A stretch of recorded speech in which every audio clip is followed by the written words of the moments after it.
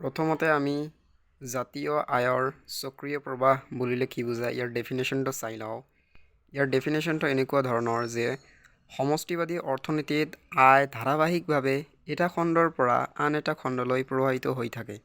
মানে সমষ্টিবাদী অৰ্থনীতিত ধাৰাবাহিকভাৱে সমষ্টিবাদী অৰ্থনীতিত যিহেতু 4টা খণ্ড থাকে, ইয়াত মানে ঠিক তেনেকৈ ধাৰাবাহিকভাৱে এটা খণ্ডৰ পৰা আন এটা খণ্ডলৈ প্ৰবাহিত হৈ থাকে এই জাতীয় আয়খিনি। ইয়াকে জাতীয় আয়ৰ চক্ৰীয় প্ৰবাহ বুলি কোৱা হয়। এইটোৱে হ'ল জাতীয় আয়ৰ চক্ৰীয় প্ৰবাহ। ব'লা এতিয়া আমি ইয়াক এটা চিত্ৰৰ সহায়ত বুজি লওঁ। ধৰা হ'ল দুটা খণ্ড লোৱা হৈছে, ইয়াত এইখিনিয়ে লিখা আছে। ধৰা হ'ল ইয়াত দুটা খণ্ড, পৰিয়াল খণ্ড আৰু উদ্যোগ খণ্ড। এতিয়া পৰিয়াল খণ্ডই উদ্যোগ খণ্ডক কি দিব পাৰিব উৎপাদনৰ উপাদান হিচাপে? যোগান কি ধৰিব পাৰিব?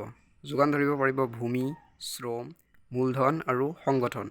এই 4টা পৰিয়াল খণ্ডই উদ্যোগ খণ্ডক যোগান ধৰে। যেতিয়া যোগান ধৰিলে, দিলে, তেতিয়া উদ্যোগ খণ্ডই কি কৰিব? ইয়াৰ বিনিময়ত পৰিয়াল খণ্ডলৈ আগবঢ়াব, ভূমিৰ পৰিৱৰ্তে খাজনা আগবঢ়াব, শ্ৰমৰ পৰিৱৰ্তে মজুৰি আৰু মূলধনৰ পৰিৱৰ্তে সুদ আৰু সংগঠনৰ পৰিৱৰ্তে লাভ। পৰিয়াল খণ্ডই উদ্যোগ খণ্ডক এইখিনি দিলে, এতিয়া উদ্যোগ খণ্ডই পৰিয়াল খণ্ডলৈ এইখিনিৰ বিনিময়ত এই খাজনা, মজুৰি, সুদ, লাভ ইত্যাদি আগবঢ়ালে গ'ল। এইটো চাৰ্কেল গ'ল। তাৰপিছত এতিয়া পৰিয়াল খণ্ডই এইখিনি দিয়াৰ পিছত যিখিনি লাভ কৰিলে উদ্যোগ খণ্ডৰ পৰা, এতিয়া পৰিয়াল খণ্ডই সেই উদ্যোগ খণ্ডৰ পৰা লাভ কৰাখিনি এতিয়া পৰিয়াল খণ্ডই দ্ৰব্য আৰু সেৱা আহৰণত ব্যয় কৰিব। ইয়াৰ কাৰণে উদ্যোগ খণ্ডই প্ৰস্তুত কৰা সামগ্ৰীবোৰ দ্ৰব্য আৰু সেৱাৰ হিচাপে যোগান ধৰিব পৰিয়াল খণ্ডলৈ। তাৰপিছত পৰিয়াল খণ্ডই কি কৰিব? এইবিলাক যে লাভ কৰিছে, খাজনা, মজুৰি, সুদ আৰু লাভ, এইখিনি দ্ৰব্য আৰু এইখিনি আয়েৰে পৰিয়াল খণ্ডই দ্ৰব্য আৰু সেৱা যে আহৰণ কৰিলে, সেই দ্ৰব্য আৰু সেৱাৰ আহৰণত পৰিয়াল খণ্ডই উদ্যোগ খণ্ডক এইখিনি যোগান ধৰিব বা এইখিনি ব্যয় কৰিব। গতিকে এইটোৱে হৈছে জাতীয় আয়ৰ চক্ৰীয় প্ৰবাহ। ইয়াৰ আমি সংক্ষিপ্ত এটা মই আগবঢ়ালোঁ।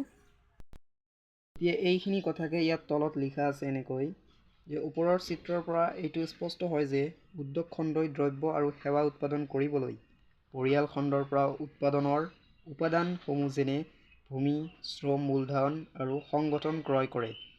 ইয়াৰ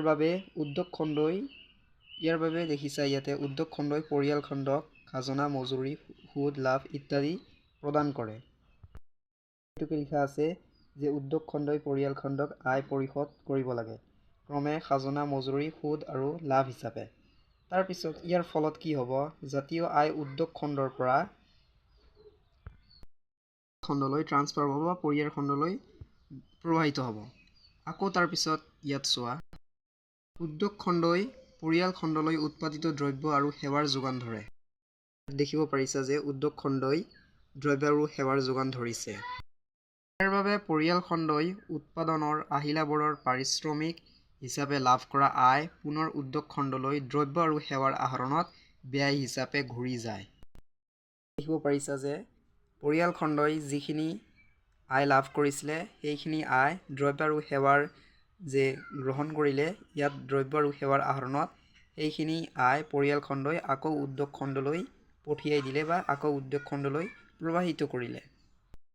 এনেদৰেই জাতীয় আয় আৰু উদ্যোগ খণ্ড আৰু পৰিয়াল খণ্ডৰ মাজত চক্ৰাকাৰে ঘূৰি থাকে। ইয়াকে জাতীয় আয়ৰ চক্ৰীয় প্ৰবাহ বুলি কোৱা হয় বা ইংৰাজীত চাৰ্কুলাৰ ফ্ল' অফ নেশ্যনেল ইনকাম বুলি কোৱা হয়।